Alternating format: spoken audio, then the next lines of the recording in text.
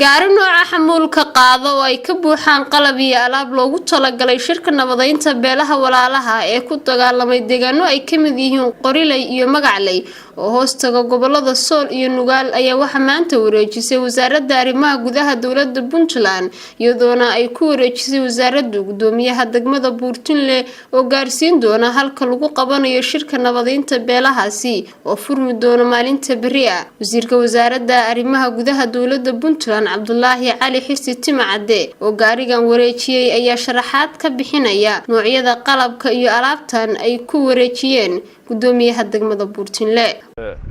waxaan saaka halkan oo bishu tahay 4 bishii 2018 ku wareejinaa gaari xamuul ah oo candamayd leh oo sida qalab aan u dirayno wasaaradda arrimaha gudaha ay u dirayso nabadeynta Magacley degmada Buurtinle gobolka Nugaal Puntland oo ah labada beelood ee dhawaan ku dagaalamay Magacley iyo Qoriley dibashiistoodii oo furmaysa berrito insha Allah qalabkaas oo ah qalabkii ka kooban furshaan kuraas hal generator ama motor oo dabka ah gooyaashii furshaanta kuraas oo dhowr boqol ah aanu saaka ku wareejinayo gudoomiyaha degmada Buurtinle si uu gaarsiiyo deegaankaas waxaan u mahadnaqaynaa oo gacan naga siiyay iyaduna hay'adda UNHCR aad iyo aad baan ugu mahadcelinaynaa. Gudoomiyaha degmada Buurtinle Maxamed Maxamuud Buurdabi ayaa wasaaradda arrimaha gudaha dawladda Puntland uga mahadceliyay kaalinta ay ka qaadanayso shirka nabadeynta beelaha walaalaha.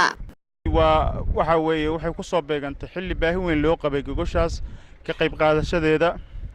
abaabul ayaa muddo socday loogu gogol xaarahay sidii labada beelood walaalaha muddo dheer ku dirirayay loo soo afjaro colaadda ka jidhay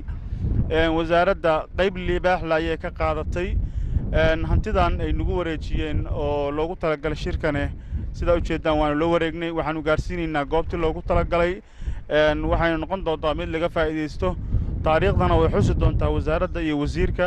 maadaama ay gogoshii iyo teendadii iyo kuraastii iyo motorkii iyo all of them ay ka qayb qaateen wixii la isugu imaan lahaa. Saadiyad Daahir Nuur warbaahinta SBC Garowe.